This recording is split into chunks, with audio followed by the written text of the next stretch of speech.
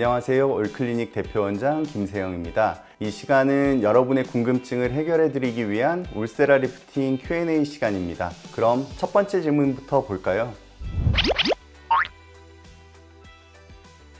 이 질문은 울세라 리프팅에서 가장 많이 나오는 질문 중에 하나인데요.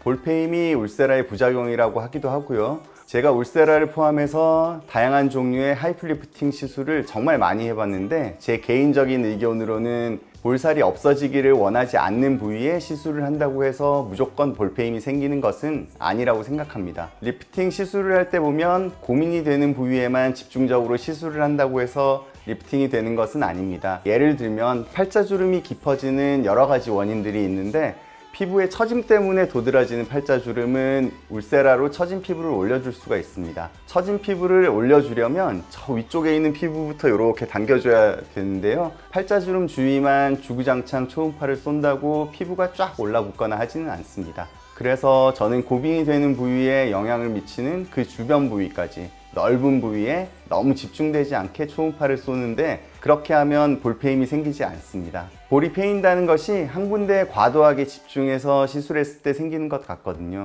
요약하자면 얼굴에 살이 없는 분이라도 볼페임에 걱정 없이 얼마든지 울세라 시술을 받으셔도 된다는 말입니다.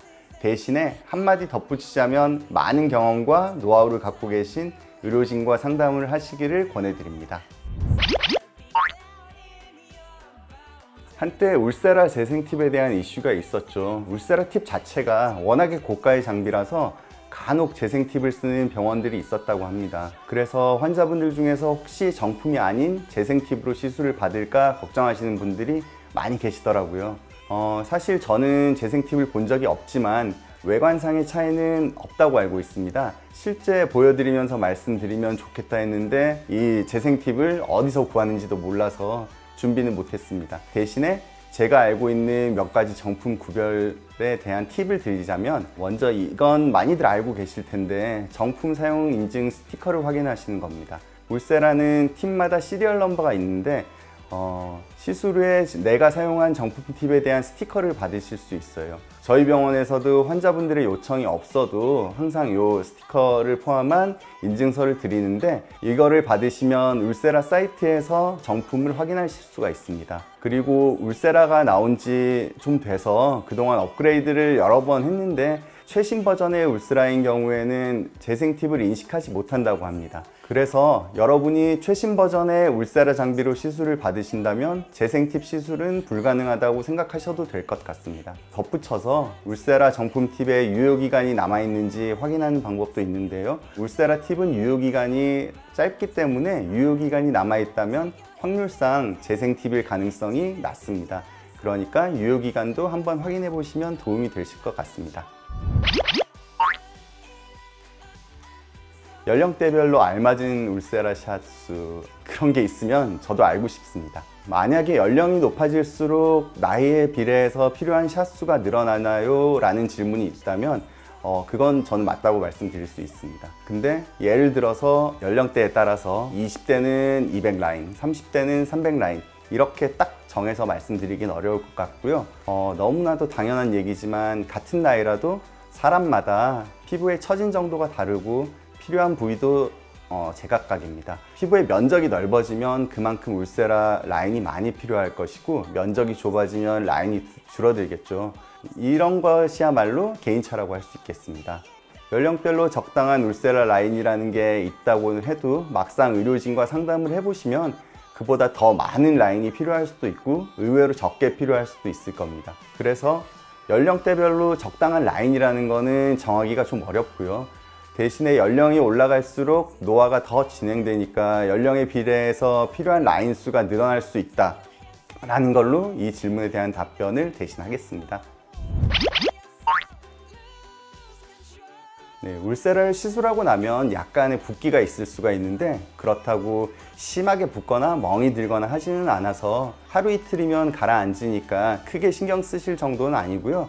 그리고 아주 드물게 팁 자국이 하얗게 이렇게 줄처럼 남는 경우가 있는데 이건 응고점이 표피 가까이 형성됐을 때 간혹 나타나는 현상인데 이것도 크게 눈에 띄지는 않을 정도고 며칠이면 사라지기 때문에 걱정은 안 하셔도 됩니다. 솔직히 제 주변에서 울세라 시술 후의 다운타임을 물어보시면 전 그냥 없다고 말씀드립니다. 그렇게 얘기할 수 있을 만큼 시술 직후부터 일상생활에 지장이 없는 리프팅이 울세라입니다. 질문 주신 세 시술 모두 정말 좋은 리프팅 시술입니다.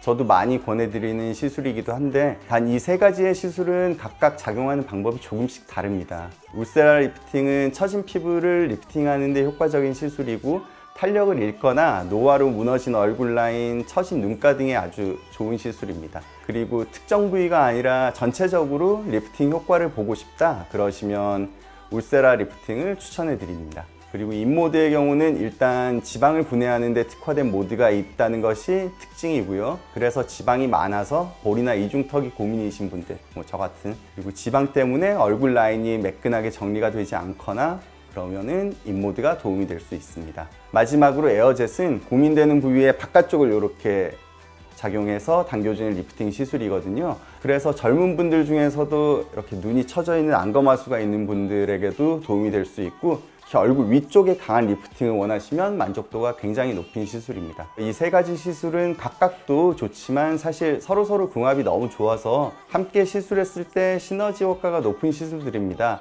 울세라와 인모드를 같이 한다든지 인모드와 에어젯을 같이 한다든지 또 아니면 울세라와 에어젯도 아주 만족도가 높은 시술입니다.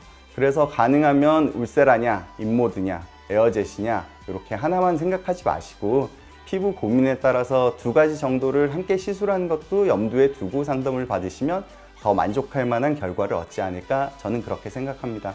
자, 이렇게 울세라 리프팅에 대한 Q&A 시간을 가져봤는데요. 이 외에도 궁금한 점이 있으신 분들은 댓글로 남겨주시면 제가 자세히 답변 남겨드리겠습니다.